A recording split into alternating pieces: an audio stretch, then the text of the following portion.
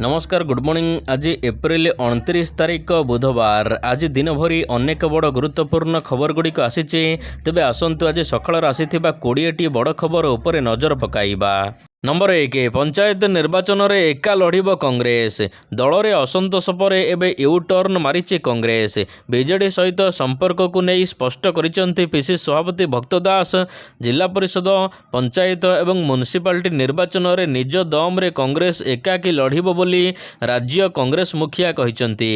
तेबे विधानसभा निर्वाचन रे बेले बेले आवश्यकता पड़िले हाईकमांड कहिले बीजेडी सहित बुझामणा होई पारे बोली पीसी सभापति कहिसेंती।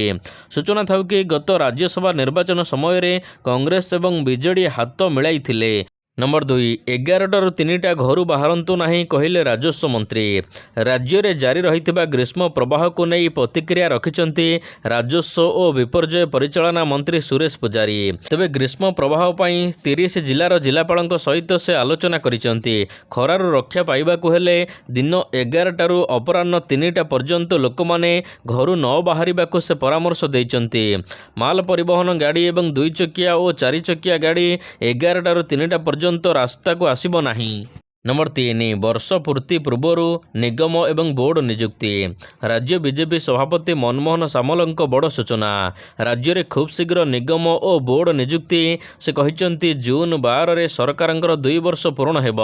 यह पूर्वर बाकी थिबा समस्त नियुक्ति शेष हेब। निगम बोर्ड रे नियुक्ति हेब। राज्यर 29 जिले में वकिल नियुक्ति सरीचे।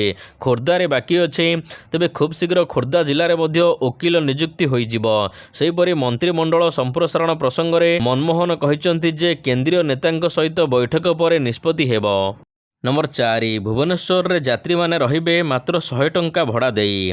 वीवीआईपी नेता किंबा ऑफिसरंक पई नुहे साधारण लोक मानंक पई कराजिबो विराट अतिथि भवन।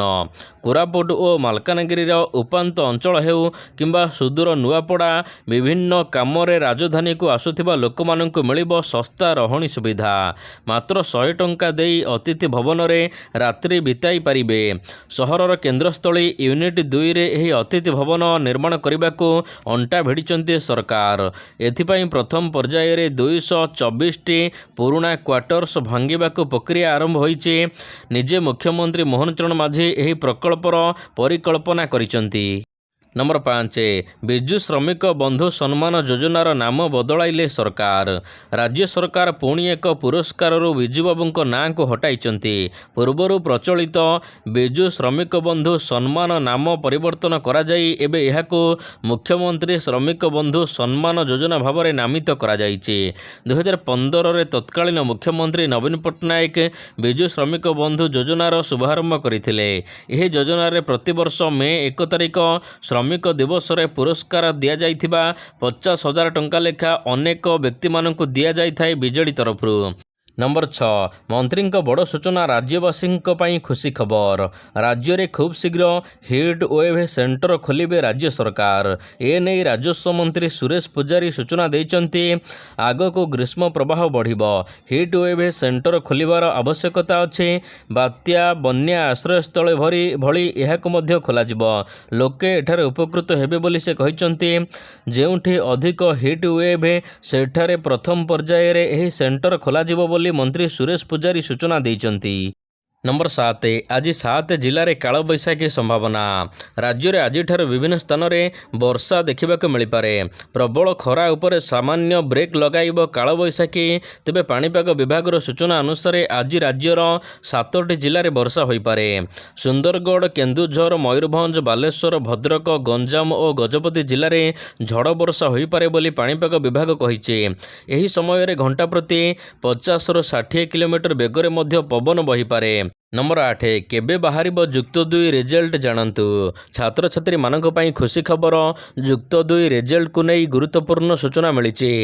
मे 3य सप्ताह रे बाहरिबो जुक्त 2 परीक्षा फल। एका संगरे जुक्त 2 रो कला वाणिज्य विज्ञान और धंदामूलक रिजल्ट बाहरिबो बोली CHSE पक्षरु कुहा जाइछे। तबे सरीथिबा जुक्त 2 परीक्षार मूल्यांकन चलीचे। चलित वर्ष जुक्त 2 रे परीक्षा देइचंती 4,01,000 623 ଜଣ ପ୍ରାର୍ଥୀ। ରାଜ୍ୟରେ 151 ମୂଲ୍ୟାଙ୍କନ କେନ୍ଦ୍ରରେ ଏବେ ମୂଲ୍ୟାଙ୍କନ କାର୍ଯ୍ୟରେ 16,494 ଜଣ କର୍ମଚାରୀ ନିୟୋଜିତ ଅଛନ୍ତି। ନମ୍ବର 9 ଆଜି ସୋଆରେ ସାଇବର ସୁରକ୍ଷାକୁ ନେଇ 2 ଦିନିଆ ଜାତୀୟ ସମ୍ମିଳନୀ। ଶିକ୍ଷା ଓ ଅନୁସନ୍ଧାନ ସୋଆ ବିଶ୍ୱବିଦ୍ୟାଳୟ ପକ୍ଷରୁ ଆଜିଠାରୁ ସାଇବର ସିକ୍ୟୁରିଟିକୁ ନେଇ 2 ଦିନିଆ ସମ୍ମିଳନୀ ହେବାକୁ ଯାଉଛି। ତେବେ ଏହି ସମ୍ମିଳନୀରେ ପ୍ରଶାସନ, ଶିଳ୍ପ, ଶିକ୍ଷା ଏବଂ ପ୍ରତିରକ୍ଷା କ୍ଷେତ୍ରର ନେତୃବର୍ଗମାନେ ଏକତ୍ରିତ ହେବେ। ବୁଦ୍ଧିମତ୍ତା ସମ୍ପନ୍ନ ଡିଜିଟାଲ ଭବିଷ୍ୟତ ସମ୍ପର୍କରେ ଏଠାରେ ଆଲୋଚନା ହେବ। ନମ୍ବର 10 ସମାଧାନ ହେବ ଜଳ ସଙ୍କଟ। ଜଳ ସ୍ଥିରତା ନିଶ୍ଚିତ କରିବା ଏବଂ ସହରାଞ୍ଚଳ ବିକାଶ କ୍ଷେତ୍ରରେ ଏକ ସର୍କୁଲାର ଇକୋନୋମିକୁ ପ୍ରୋତ୍ସାହିତ କରିବା ଦିଗରେ ସରକାର ଏକ ନିର୍ଣ୍ଣାୟକ ପଦକ୍ଷେପ ଗ୍ରହଣ କରିଛନ୍ତି। ଓଡ଼ିଶା ସରକାର ସହରାଞ୍ଚଳ ଅଧୀନ ବ୍ୟବହୃତ ଜଳର ପୁନର୍ବ୍ୟବହାର ନୀତି 2026 ଅଧିସୂଚିତ କରିଛନ୍ତି।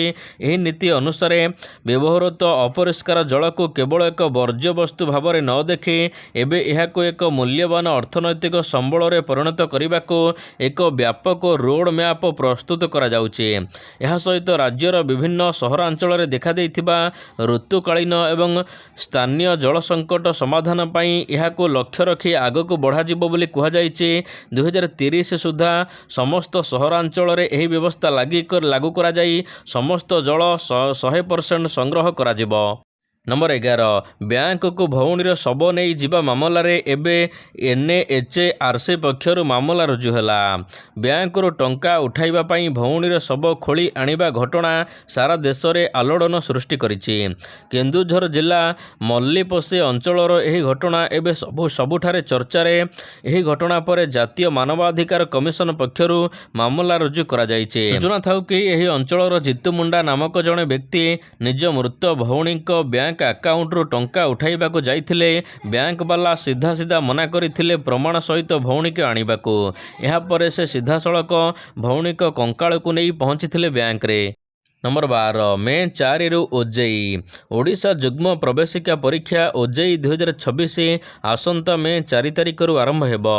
10 ତାରିଖ ଯାଏ 3ଟି ସିଫ୍ଟରେ ପରୀକ୍ଷା ହେବ। ପ୍ରଥମ ସିଫ୍ଟ ସକାଳ 9ଟାରୁ 11ଟା, ଦ୍ୱିତୀୟ ସିଫ୍ଟ ଅପରାହ୍ନ 1ଟାରୁ 3ଟା ଓ ତୃତୀୟ ସିଫ୍ଟ ଅପରାହ୍ନ 4ଟାରୁ 6ଟା ଯାଏ ହେବ। ସମସ୍ତ ପରୀକ୍ଷା କମ୍ପ୍ୟୁଟର ବେସ୍ଡ ଟେଷ୍ଟ ମୋଡ଼ରେ ହେବ। ତେବେ ଆବେଦନକାରୀ ଆଡମିଟ୍ କାର୍ଡ଼ ୱେବସାଇଟରେ ଉପଲବ୍ଧ ଅଛି, ଡାଉନଲୋଡ୍ କରିପାରିବେ। ଏନେଇ ଓଜେଇ ପକ୍ଷରୁ ବିଜ୍ଞପ୍ତି ପ୍ରକାଶ ପାଇଛି। ବିଜ୍ଞପ୍ତି ଅନୁସାରେ ମେ 4 ତାରିଖରେ 3ଟି ଯାକ ସିଫ୍ଟରେ ବେସିକ୍ ପରୀକ୍ଷା ପ୍ରବେଶିକା ପରୀକ୍ଷା ହେବ। ନମ୍ବର 13 ଆସୁଛି ସୁପର ଏଲ୍ ନିନୋ। ଦେଶରେ ବର୍ତ୍ତମାନ ପ୍ରଚଣ୍ଡ ଗ୍ରୀଷ୍ମ ପ୍ରବାହ ଜାରି ରହିଥିବା ବେଳେ ବୈଜ୍ଞାନିକମାନେ ଏକ ବଡ଼ ସତର୍କ ସୂଚନା ଜାରି କରିଛନ୍ତି। 2026 ମସିହାରେ ବିଶ୍ୱରେ ସୁପର ଏଲ୍ ନିନୋ ସୃଷ୍ଟି ହେବାର ଆଶଙ୍କା ଦେଖାଦେଇଛି। ଯଦି ଏହା ଘଟେ ତେବେ ଭାରତ ସମେତ ସାରା ବିଶ୍ୱରେ ପାଣିପାଗରେ ବଡ଼ ବିପର୍ଯ୍ୟୟ ଦେଖାଦେଇପାରେ। ବିଶେଷ କରି ଭାରତରେ ମୌସୁମୀ ଦୁର୍ବଳ ହେବ, ଯାହା ଭୟଙ୍କର ମରୁଡ଼ି ଏବଂ ଜଳକଷ୍ଟ ପରିସ୍ଥିତି ସୃଷ୍ଟି କରିପାରେ। ତେବେ ଏହି ସୁପର ଏଲ୍ ନିନୋ କ'ଣ ଜାଣନ୍ତୁ। ଏଲ୍ ନିନୋ ଏକ ପ୍ରାକୃତିକ ପାଣିପାଗ ଘଟଣା ଯାହା ପ୍ରଶାନ୍ତ ମହାସାଗରରେ ସୃଷ୍ଟି ହୋଇଥାଏ। ଯେତେବେଳେ ସମୁଦ୍ର ପୃଷ୍ଠର ତାପମାତ୍ରା ସାଧାରଣତଃ 0.5ରୁ 1.5 ଡିଗ୍ରୀ ସେଲସିୟସ୍ ବଢ଼ିଯାଏ, ଏହାକୁ ଏଲ୍ ନିନୋ କୁହାଯାଏ।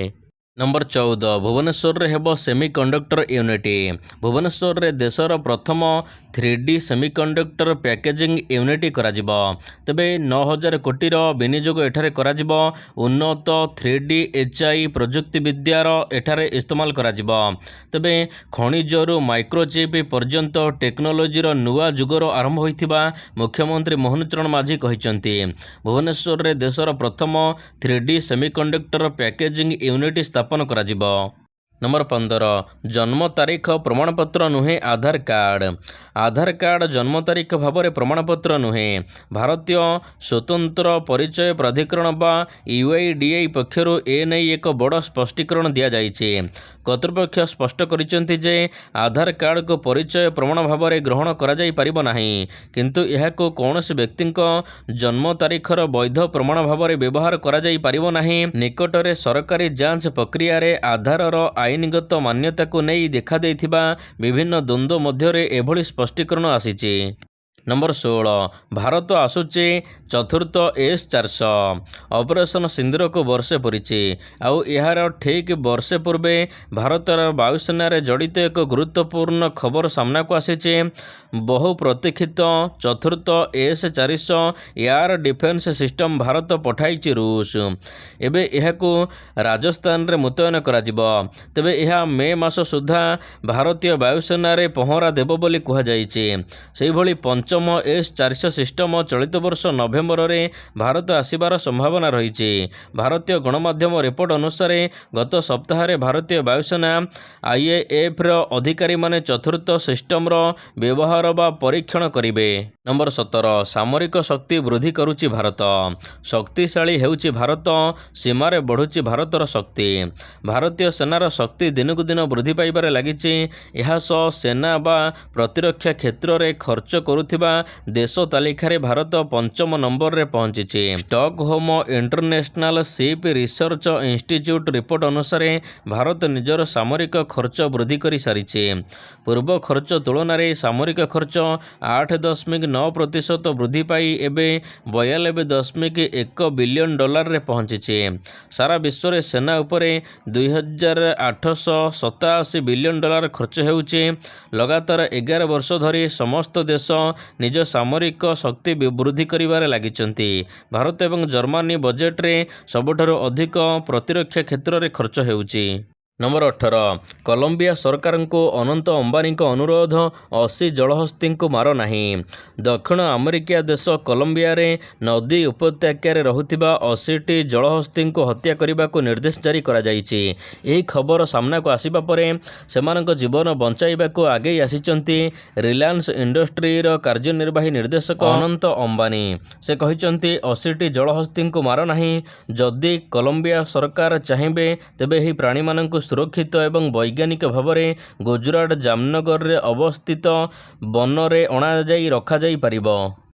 नंबर 19 राजा रघुवंशी हत्या मामला रे 11 मास पर मिला बेल।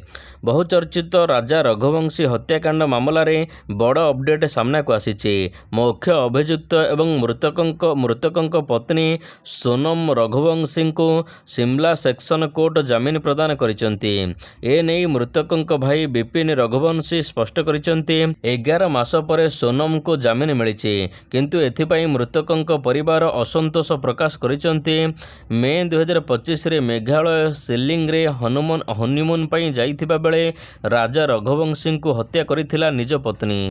नंबर 20 मई 1 रु नुआ नियम लागिबाकु जाउचे। मई मासरे एबे अनेक परिवर्तन हेबो। देश एवं राज्य रे अनेक गुरुत्वपूर्ण परिवर्तन।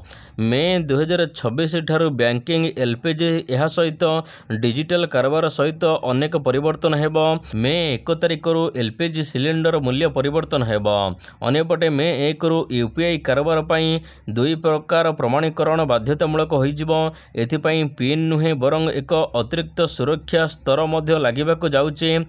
यह सहित मे 1 तारिख रु ATM टंका उठाण सीमा मध्य बढ़ी। निर्धारित सीमा ठारू अधिक टंका उठाइले आपन को अधिक शुल्क देबाक पड़िबो।